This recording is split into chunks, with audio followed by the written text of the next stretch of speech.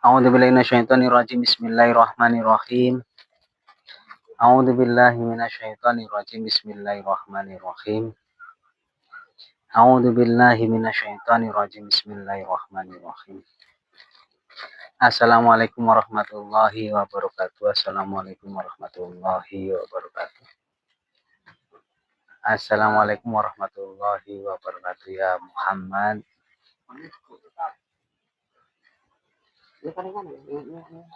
Ya Rasulullah. Ya Malikal Mulki Dzul Jalali wal Ikram. Asyhadu an la ilaha illallah wa asyhadu anna Muhammadur Rasulullah. Asyhadu an la ilaha illallah wa asyhadu anna Muhammadur Rasulullah. Asyhadu an la ilaha illallah wa asyhadu anna Muhammadur Rasulullah. Allahumma shalli ala sayyidina Muhammadin wa ala ali sayyidina Muhammadin. Allahumma shalli ala sayyidina Muhammadin wa ala ali sayyidina Muhammadin. Allahumma shalli ala sayyidina Muhammadin wa ala ali sayyidina Muhammadin. La ilaha illa anta subhanaka inni kuntu minadz dzalimin. La ilaha illa anta subhanaka inni kuntu minadz dzalimin. La ilaha illa anta subhanaka inni kuntu minadz dzalimin. Rabbi shrah li sadri wa yassir li amri wa hlul 'uqdatam min lisani yafqahu qawli. Alhamdulillahi rabbil alamin. Wassalatu wassalamu ala asrofil anbiya'i wal mursalin wa ala alihi washabihi wasallam. Amma ba'du. Ya Allah, Ya Allah, Ya Allah, la'anda munjal wa mukhiduna wa lanjar wa finari syarwa kulli syarri mihaulaka wa dalam berbiyati bismillahirrahmanirrahim munjal la hawla wa la quwwata illa billahi al-aliyyil azim. Ya Allah, Ya Allah, Ya Allah, la'anda munjal wa mukhiduna wa lanjar wa finari syarwa kulli syarri mihaulaka wa dalam ya ki bismillahirrahmanirrahim munjal la hawla wa la quwwata illa billahi al-aliyyil azim. La ilaha illallah Muhammadur Rasulullah. A'udzubillahi minasyaitonir rajim. Alhamdulillahirabbil alamin. Alhamdulillah, pada kesempatan ini di penghujung bulan Ramadan tanggal 29 malam 30 Ramadan,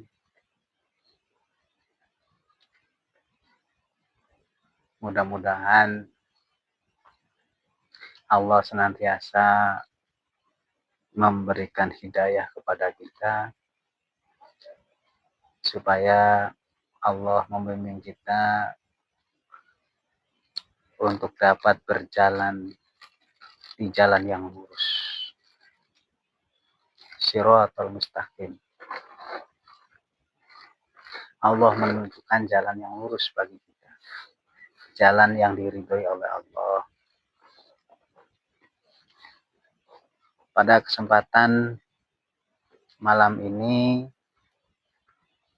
kita akan membahas Indonesia dan Islam. Kalau kita membahas Indonesia, ada beberapa perkara.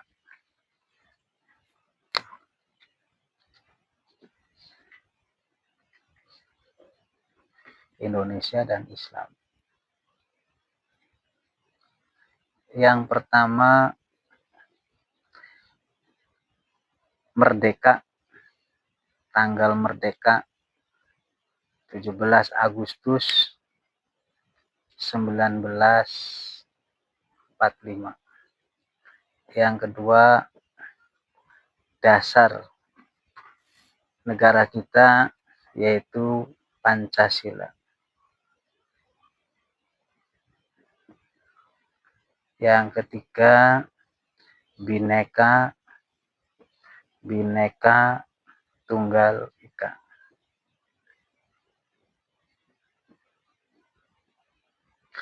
Dan yang terakhir, keempat, adalah Monas. Monas. Nanti kita bahas satu persatu. Alhamdulillah,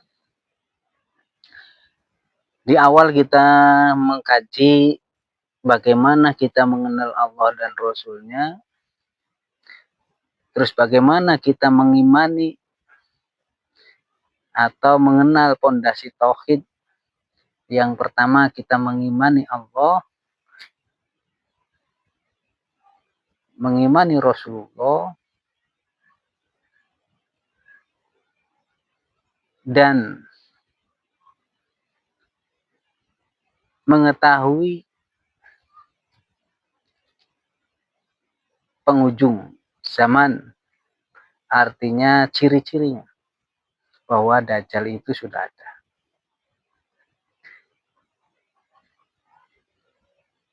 Dan bagaimana kita dengan benar dalam melaksanakan sholat. Karena sholat adalah suatu hal yang paling utama sebelum amalan yang lain dihisab oleh Allah.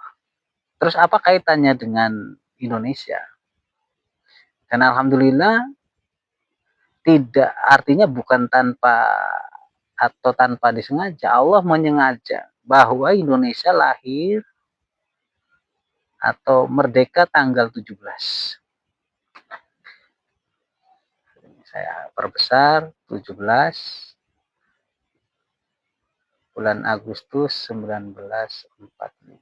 Nah, kita perjelas. 17 artinya jika bangsa Indonesia benar-benar ingin merdeka, merdeka sesungguhnya, menjadi negara baldatun thayyiban ghafurur rahim, maka masyarakatnya, warganya atau rakyatnya atau kaum muslimin yang ada benar-benar melaksanakan sholat dengan benar dan sungguh-sungguh. Dengan benar artinya apa? Mengetahui sholatnya kita untuk siapa dan kepada siapa kita menghadap. Inni wajjahtu wajhiya lillazi, menghadap zat, artinya menghadap wujud zat yang mengetahui zat. Nah, ini kemarin sudah kita bahas. Kalau sholatnya benar, maka di sini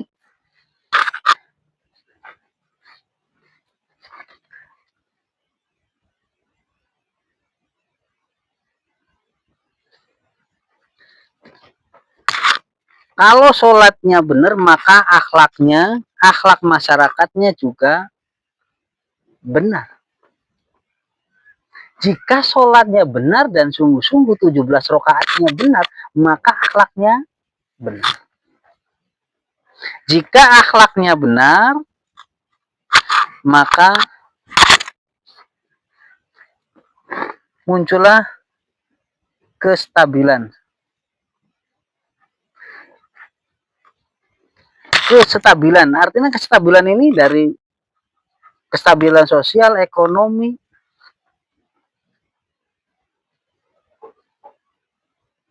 kestabilan kesemuanya, mencakup semuanya. Jika akhlak masyarakatnya, rakyatnya benar, maka muncullah kestabilan di segala sektor.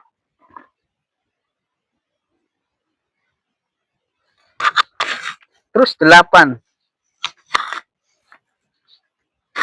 Nah, kita perjelas supaya gampang dipahami.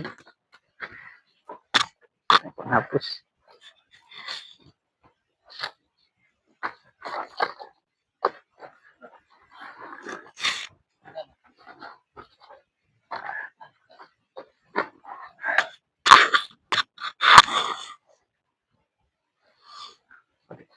Penghapus.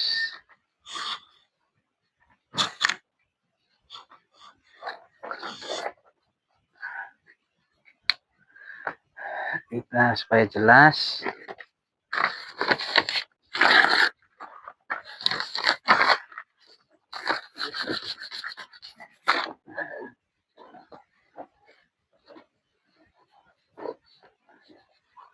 Supaya jelas.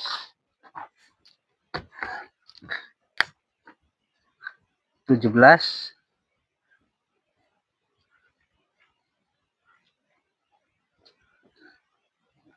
akhlak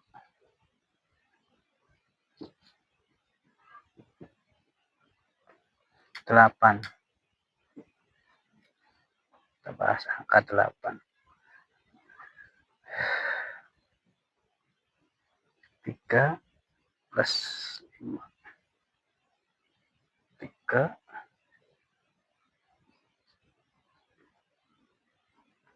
pondasi tauhid.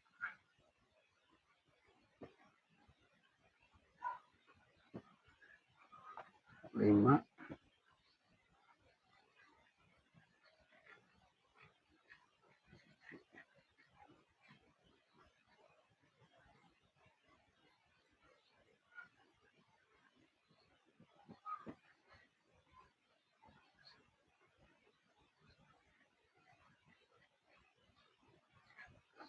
Nah, kita bahas angka tadi, angka saya ulangi.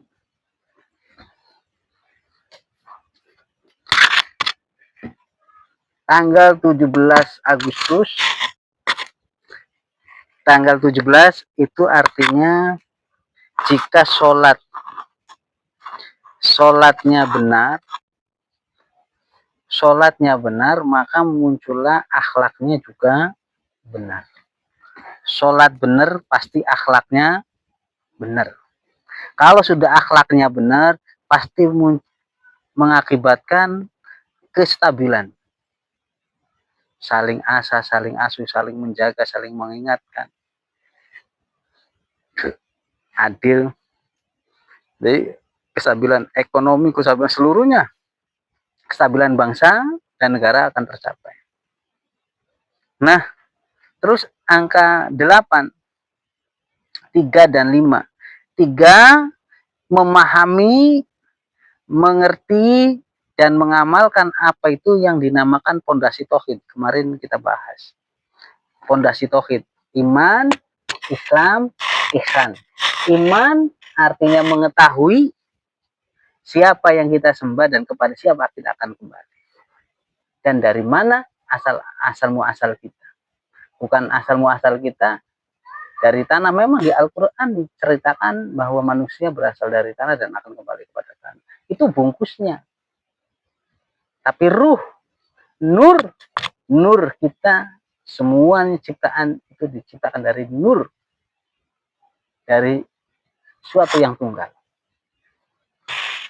Kalau kita memahami itu dan bisa melaksanakannya, Islam, benar-benar kita melaksanakan Islam kita dengan benar-benar.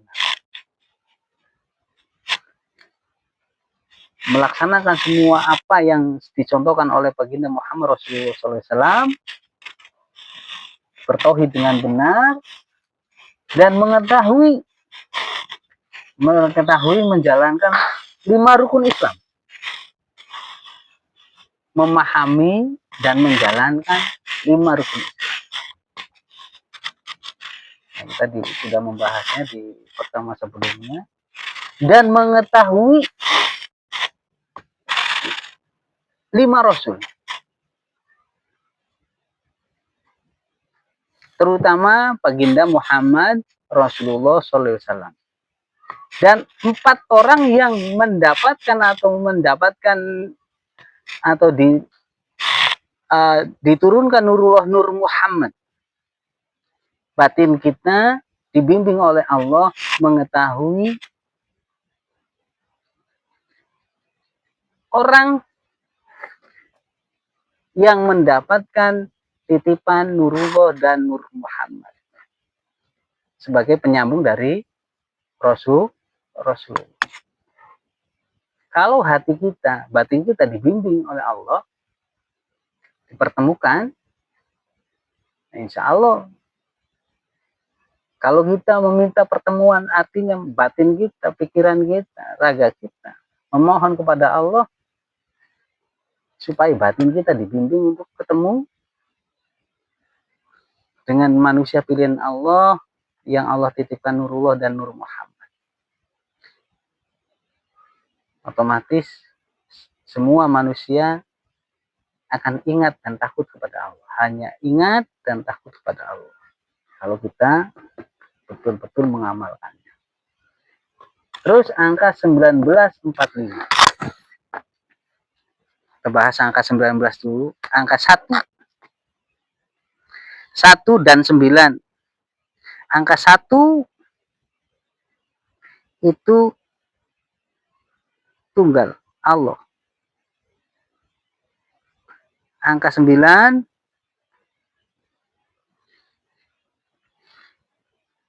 waliullah. 9 wali.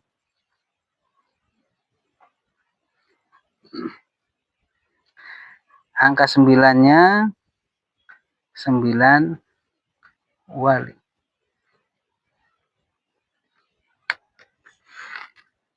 Bagi yang meyakini, kita jangan artinya bahwa wali 9 itu adalah karangan. Kalau batin kita dibimbing oleh Allah, bahwa tanpa 9 wali menyebarkan Islam di tanah Jawa, di tanah Indonesia, tidak mungkin Islam itu akan ada di Indonesia. Dan wali 9 lah yang menyebarkan Islam dengan sabar, dengan santun. Betul-betul membuktikan bahwa Islam itu rahmatan lil alamin. Tidak serta merta Islam itu menghapus jati diri Nusantara. Bukan berarti budaya di atas agama. Tapi inilah fungsi sosialisasi yang dianjurkan oleh Rasulullah. Supaya Islam bisa diterima. Nah, cuman pada akhir-akhir yang saat ini yang kita lihat, justru adat di atas agama. Adat di atas Islam. Marilah kita kembalikan lagi nilai Islam itu di atas adat istiadat. Bagaimana Islam bisa diterima di sisi budaya. Bukan budaya dijadikan agama. Warisan budaya kita hargai dan kita cermati, kita resapi bahwa budaya yang ada di Indonesia itu relevan dengan Islam. Kita belajar pada wali 9, walinya Allah. Contoh bahwa orang Indonesia dengan gotong royongnya, dengan seninya, nah itu masuklah dakwah supaya orang mengenal, setelah mengenal mau belajar, baru setelah mengenal, ilmunya ditambah. Nah, itu akhirnya memahami apa itu Islam.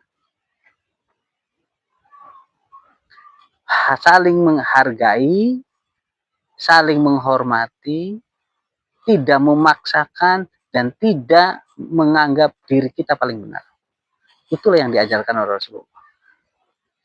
Tanpa adanya wali 9 ini, Indonesia tidak ada, mungkin Islam itu tidak ada di Indonesia. Nah, terus 4 dan 5. Kembali lagi pada 1, sifat hilim dan fondasi tauhid. Jika masyarakat Indonesia memiliki sifat hilim, kasih sayang, saling asih, saling asuh, saling mengasihi, saling menghormati, sifat hilim tertera pada diri kita, pada diri semua rakyat Indonesia dan memahami dan menjalankan semua pondasi Islam. Imannya benar-benar iman, menjadi mutakin, imannya meningkat, semuanya menjadi ibaratnya mengejar mutakin, maka serta menjalankan rukun Islam dan mengikuti semua akhlaknya Rasul, insya Allah bangsa kita benar-benar bangsa yang merdeka. Nah, untuk saat ini Indonesia belum merdeka karena masih banyak kita dijajah oleh kita sendiri. Islam kita belum Islam yang sebenarnya. Islam kita masih benar kata diri sendiri, bukan kata Allah. Islam kita merasa benar kata karena kita sudah hafal Al-Quran, kita hafal hadis. Tapi Al-Quran yang ada pada mata kita, pada diri kita, pada lingkungan kita, kita tidak pernah membacanya. Sama saja bohong. Nah, jika semuanya ini dilaksanakan, maka Indonesia benar-benar menjadi negara merdeka. Sholatnya dijaga, semua masyarakat menjaga sholatnya, insya Allah Indonesia menjadi negara yang benar-benar merdeka. Nah, dari situ apa ada pertanyaan? Nah, sekarang kita membahas Pancasila. Pancasila diawali dengan sila pertama ketuhanan yang Maha Esa sebagai Pancasila dijadikan sebagai dasar negara. Yang pertama, ketuhanan yang Maha Esa artinya kita iman dan kita takwa. Iman artinya percaya kepada Allah karena mengetahui. Batin kita mengetahui. Dan batin kita dibimbing untuk selalu melaksanakan, mencontoh semua akhlaknya Rasulullah. Mau tidak mau. Nah, otomatis takwa kita benar. Artinya takwa itu menjalankan perintah Allah. Artinya perintah Allah itu sudah dilaksanakan, sudah dicontohkan oleh baginda Muhammad Rasulullah SAW. Semua akhlaknya baginda itu adalah akhlaknya Allah.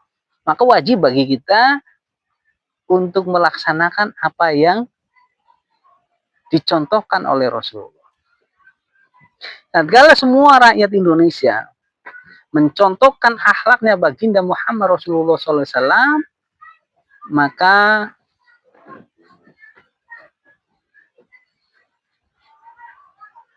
tercapailah kemanusiaan yang adil dan beradab. Jika akhlak seluruh rakyat Indonesia meniru dan melaksanakan akhlaknya baginda Muhammad Rasulullah SAW, maka secara otomatis tercapailah kemanusiaan yang adil dan beradab. Kalau sudah masyarakat kita peradaban itu di atas segala-galanya, adab akhlak di atas segala-galanya, pasti keadilan itu akan tercapai. Tidak runcing ke bawah, tumpul ke atas. Indonesia akan terwujud Indonesia yang adil. Kemanusiaan yang adil dan beradab. Kenapa kemanusiaan? Memanusiakan manusia. Tatkala kita merasa disakiti, merasa sakit, maka kita tidak mungkin akan menyakiti orang lain. Jika kita mencuri harta orang lain, maka itu sama saja mencuri harta kita, menyengsarakan orang lain. Maka tatkala kita dicuri orang lain pun sama rasanya.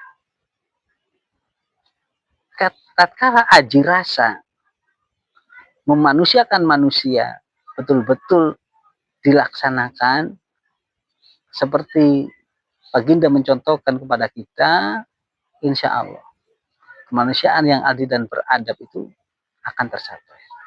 Kalau sudah keadilan dan akhlak di atas segala-galanya, maka muncullah persatuan Indonesia. Karena ada saling memanusiakan manusia, menghormati, menyayangi, mengasihi, saling asa, saling asih. Maka persatuan Indonesia akan terwujud. Itu secara khusus, secara umumnya. Tatkala semua umat Islam mengamalkan akhlaknya Rasulullah, semua Islam akan bersatu. Semua Islam di seluruh dunia akan bersatu. Itu dicontohkan oleh bangsa kita sebenarnya. Didasarkan oleh bangsa kita. Itu dengan Pancasila. Tatkala persatuan Indonesia, persatuan itu akan tercapai, maka kerakyatan yang dipimpin oleh hikmah, kerakyatan yang dipimpin. Kerakyatan artinya rakyat kita kalau dibimbing oleh Allah dengan hikmah, hati kita, batin kita semuanya mukmin, dibimbing oleh Allah, mendapatkan hidayah oleh Allah. Kerakyatan yang dipimpin oleh hikmat dalam kesepakatan, dalam permusyawaratan perwakilan. Segala sesuatunya, sekecil apapun, permusyawaratan itu adalah nilai tertinggi. Tidak ada yang merasa paling benar, tidak ada merasa yang paling tinggi, tidak ada yang merasa paling terhormat. Semuanya di hadapan Allah sama, memanusiakan manusia, memperjuangkan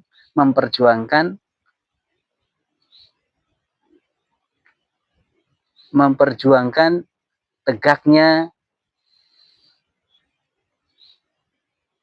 kemanusiaan, tegaknya akhlak yang mulia. Kata sama artinya, kalau semua tertuju pada akhlaknya Rasulullah, maka negara tersebut menjadi negara yang kuat. Tatkala sekecil apapun masalahnya bangsa ini dimusyawarahkan, diselesaikan secara musyawarah dan dengan kepala yang dingin, dengan tertuju hanya kepada Allah, insya Allah semuanya akan menjadi kebaikan. Kalau semuanya mengoreksi diri kita, apakah diri kita sudah melaksanakan akhlak sesuai akhlaknya baginda Muhammad Rasulullah SAW atau belum? Kalau belum, ayolah, mari kita bersama-sama belajar menegakkan dan melaksanakan apa-apa yang dicontohkan oleh baginda Muhammad Rasulullah SAW. Itu dengan akhlak yang mulia. Dengan innama bu'istu liutami makarimal akhlak. Kalau akhlak benar-benar ditancapkan, tidak ada yang merasa paling benar, hanya benar hanya milik Allah dan Rasulnya. Insya Allah tercapainya keadilan sosial bagi seluruh rakyat Indonesia. Keadilan sosial bagi seluruh rakyat Indonesia. Keadilan akan terasa, akan bisa dirasakan oleh seluruh umat manusia. Nah ini, bahwa pendahulu kita merumuskan Pancasila ini bukan kebetulan. Dan sudah dicontohkan oleh pendiri bangsa ini, mendirikan Indonesia itu tidak segampang apa yang dilihat. Pemimpin kita mencontohkan, menghargai semua perjuangan anak bangsa. Tidak mengedepankan kepentingan pribadi. Semuanya tertuju kepada Allah. Nah ini contoh yang dicontohkan oleh pemimpin bangsa kita, karena beliau-beliau ini benar-benar berpegang pada akhlaknya baginda Muhammad Rasulullah SAW. Yang selanjutnya Monas. Indonesia tidak terlepas dari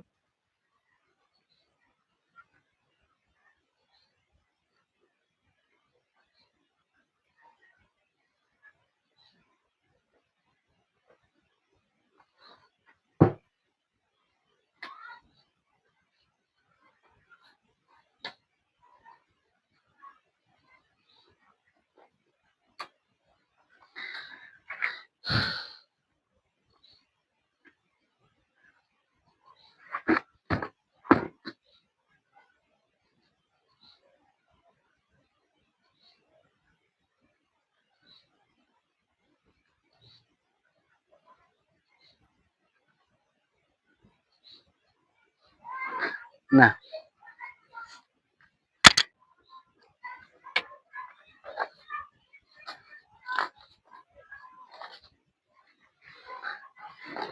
kita melihat pada bagian ini.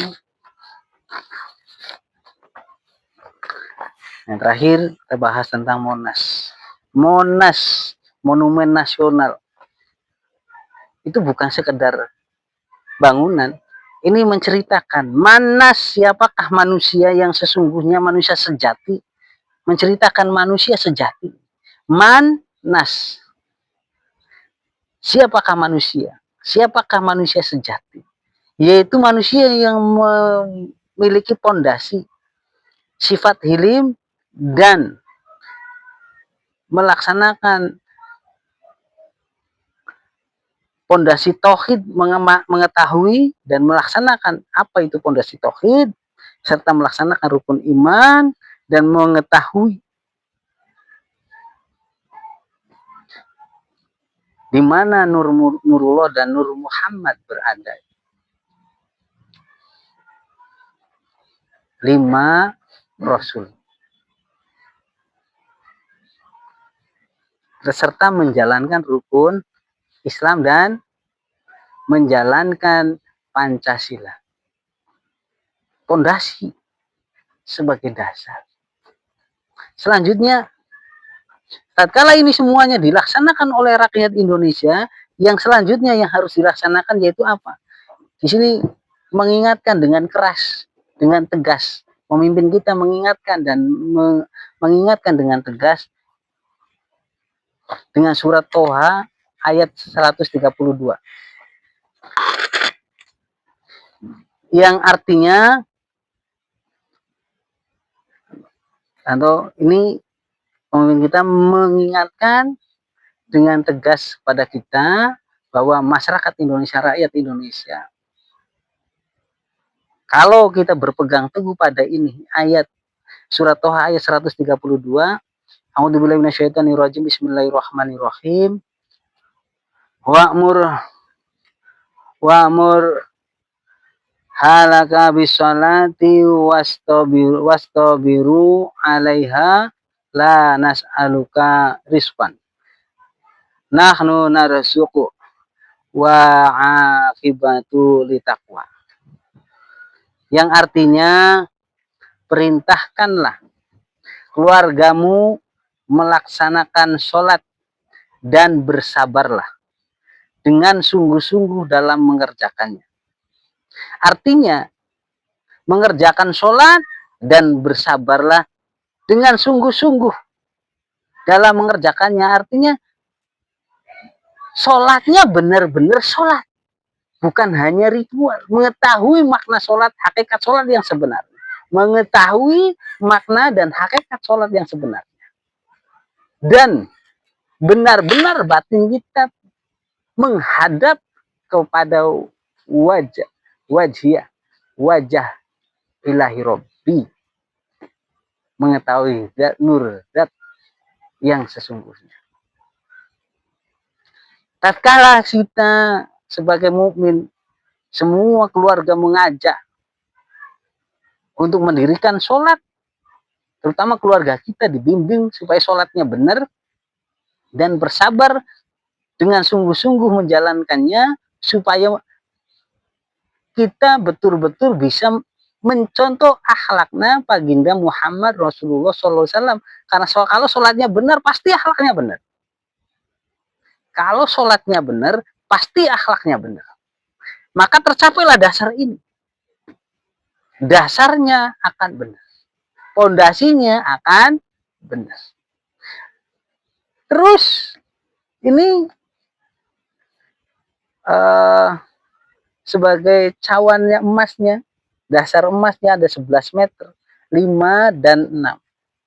11 itu antara 5 dan 6. 5 itu rukun Islam dan 6 rukun iman.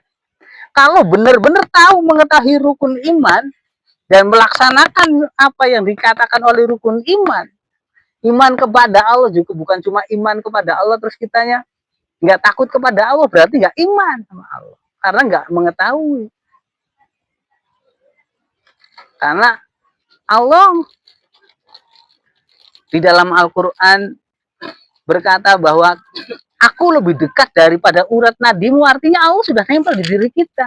Kalau tatkala kita yakin bahwa Allah ada pada diri kita, nempel pada diri kita, karena kita diciptakan dari nur yang sama, nurullah, nur Muhammad. Kalau semua yakin bahwa kita diciptakan dari nur Muhammad, dari barang yang satu, bahwa Allah Maha mengetahui, di situ bukti dari ayat bahwa Allah lebih dekat daripada urat nadi. Saya yakin tatkala sholatnya benar dan sholatnya merasa disaksikan oleh Allah dan benar-benar sholat itu adalah mi'rajnya mukmin, pertemuan seorang mukmin dan Allah, maka saya yakin sholatnya benar. Tatkala sholatnya benar, pasti imannya benar. Tatkala imannya benar, insya Allah rukun Islamnya juga benar. Tatkala imannya benar, rukun imannya benar, rukun Islamnya sudah benar, maka kemuliaan yang disematkan oleh Allah, bangsa kita akan dimuliakan di hadapan Allah dan di hadapan manusia. Maka lambangnya emas, 3 meter. Kembali lagi pada dasar iman, Islam, ihsan. Tatkala iman, Islam, ihsannya benar, mengamalkannya benar, hati kita, pikiran kita, raga kita terpaut hanya kepada Allah, otomatis kembali lagi. Monas itu menggambarkan